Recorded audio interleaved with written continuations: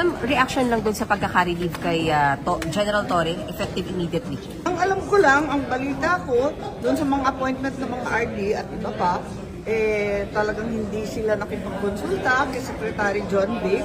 Hindi naman tama yun. Siyempre may boss tayong lahat. Yung boss na si John Vic. At ikalawa, masyadong maingay at maugong na nagmamalaki yung ibang classmate niya na tatakbong presidente o vice-presidente sa 2028. At nakita nang nakapaskel yung kanilang mukha at sabi pa nga nung iba, hindi lang pala politiko ang EPAD. Kaya parang inaabangan na rin siguro inaabangan na rin ng ibang tao dahil may nadidinig na pang-aabot. So ma'am, namumuliti ka na rin sa partner?